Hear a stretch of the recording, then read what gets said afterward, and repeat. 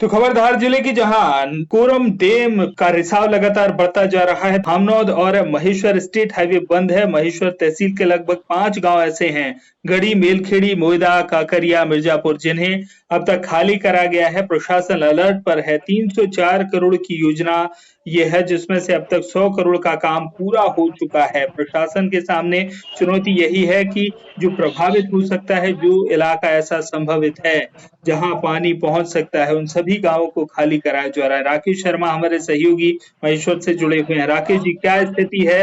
प्रशासन अलर्ट है और लगातार गांव खाली कराए जा रहे हैं। सर, बताना चाहूंगा कि ये धार जिले का जो गुजरी तहसील है, वहाँ पे बहारुडपुरा और कोटिदा गांव के बीच में ये डैम बना है, जिसकी लागत 304 करोड़ की है और इसकी लंबाई 183 किलोमीटर और 564 मीटर चौड़ाई है और जल भरण की क्षमता 43 मीट्रिक टन घन मीटर रहेगा। और इसमें खुली भ्रष्टाचार के आरोप लगाए हैं धर्मपुरी विधायक पाचीलाल मेड़ा ने। घटिया मटेरियल यूज किया है और पहली बारिश में डैम की पोल खुल गई है और लीकेज पानी हो रहा है और प्रशासन द्वारा कोशिश की जा रही है पानी रिसाव को रोकने की, पर उम्मीद नहीं कि रिसाव रुकेगा और कभी भी डैम फूट सकता है। और इसी चलते हुए धामनौद महेश्वर स्टेट हाईवे बंद है और धामनौद से लेकर इंदौर स्टेट हाईवे बंद है और हजारों वाहन जाम में है।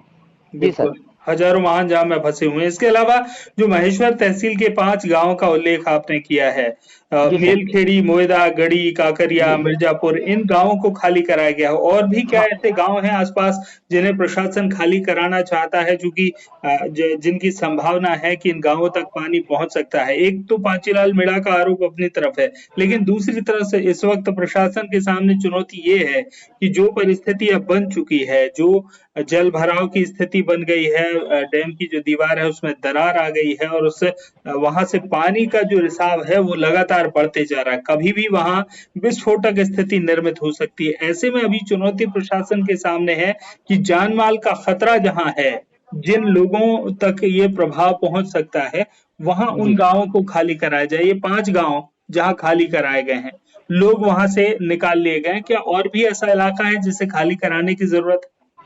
बताना चाहूंगा कि खरगोन जिले के जो महेश्वर तहसील के 5-7 गांव हैं, उन्हें तो खाली करा ही चुके हैं और कलेक्टर एसपी मौके पहुंचे भी थे, मुआयना भी किया है उनको खाली कर। जिनको रिश्तेदार के जाना है रिश्तेदार को, और जिनको सरकारी भवन जो आसपास गाँवों में वहाँ शिफ्ट कर रहे हैं, है ना। सबसे ज्यादा ये प्रभावित हो रहा है धार जिला, जिसको वहाँ धार प्रशासन लगा हुआ और खाली कराने की पूरा किया जा रहा है।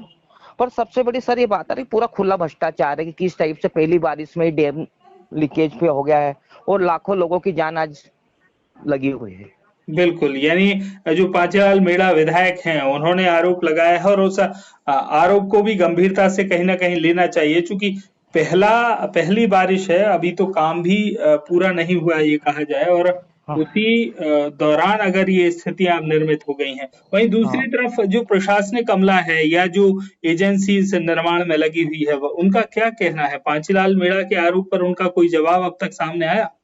नहीं, पाचीलाल मैडम वहाँ मौके पे पहुंचे, उन्होंने ग्रामीणों को खाली करने का भी बोला, ग्रामीण खाली भी कर रहे हैं और धार प्रशासन भी पूरे वहीं पे है। पर अभी तो प्रशासन कुछ बोलने की स्थिति में नहीं, क्यों सबसे पहला तो उनकी कोशिश ये रहेगी कि किसी तरह से लीकेज कम हो, पर जो कंडीशन पानी भराव है लीकेज तो कम होना ही नहीं है। इसीलिए प्रशासन ने धामनौद इंदौर मार्ग बंद कर रखा है, धामनौद से जो महेश्वर धामनौद से बड़वा स्टेट हाईवे है ये भी बंद कर रखा है, क्योंकि डैम कभी भी फूट सकता है। सबसे पहले तब इन गाँवों को खाली, जो आ रहे हैं प्रभावित हो रहे हैं, इनको खाली करके दूसरी जगह करना है और 60% काम हो भी गया है और प्रशासन पूरा अलर्ट है। बिल्कुल, यानी प्रशासन इस वक्त मुस्तैदी से लगा हुआ है।